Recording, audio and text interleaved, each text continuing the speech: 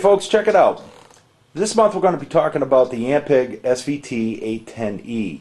As many of you know, or you've probably seen, this cab's been a mainstay in the Ampeg lineup for, well, since back in 1969 when we first introduced the SVT.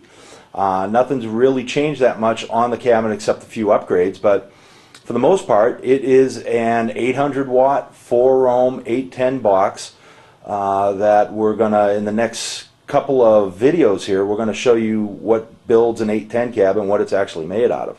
So stick around and hopefully you'll be able to learn something about our 810E and 810AV cabs. Alright? Okay, what I've done here is I've taken the grill cloth off of the 810 cab so you can actually see the baffle board here and the raw speakers. This is what we call an infinite baffle design, in that each row of 210s is its own sealed box. So essentially you've got 4 210 cabinets built into one big box here.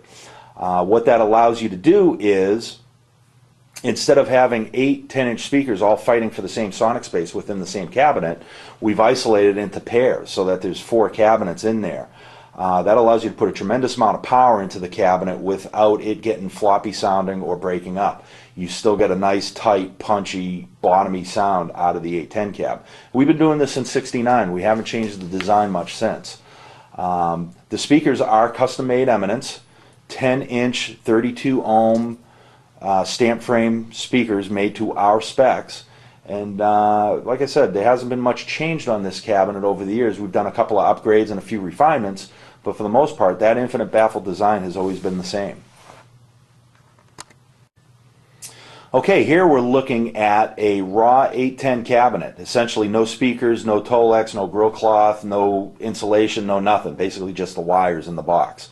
And as you can see, I've got the bottom 4 10s loaded, but I took the 10s out of the top set of 4 10s.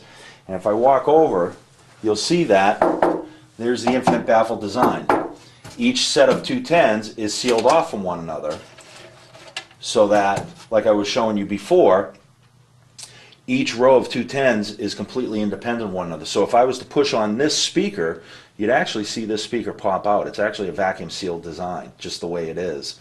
Not that it's hermetically sealed or anything like that, but just by default, with the speakers being sealed in there, if you push on one speaker, you see the other speaker pop out. The other thing I'd like to show you is the construction of the cabinet. If I pan in, you'll see that we're actually using 11-ply Baltic birch plywood. And this cabinet will probably, in fact, I know it'll never see itself into production. That's why it's up here and we're shooting a video, but it's what we call a raw cabinet, and it's taken apart so that you can see what the cabinet is actually made out of. So there you have it. Okay, check it out. Here, we're looking at the back of the 810 cab. I've got it leaning up against the wall so that we can check out a couple of new features on it as well. But if we focus in here on the back panel, you'll see that it features 2 1/4-inch inputs and 2 Neutrik inputs. Going into those 2 inputs, either this set of 1/4-inch, or these set of Neutriks, give you the full range of the cabinet. If you want to split the cabinet, you can actually access this input, and that accesses the top 410 speakers. By doing that, then you can then access the bottom 410 cluster of speakers with either one of these 2 inputs as well. So what that allows you to do, if you're running a 4 Pro and you want to run it stereo, or you want to run it bi-amp, you can access each set of 410s by plugging into this one first and then going into the bottom inputs. Also, if I pan back, you'll see that the 810 features a dolly style handle, so that it makes it easier to transport, and it also has skid rails, those 2 black rails on each side of the input. Those allow you to be able to slide the cabinet in and out of the back of your truck or the back of your van. Moving down to the bottom of the cabinet, we also put a new kick plate on there.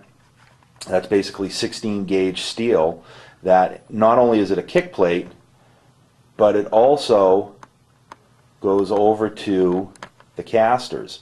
So now the casters are mounted to the kick plate and then into the cabinet. And that just facilitates a much better mounting system than taking the casters and mounting them directly to the plywood. So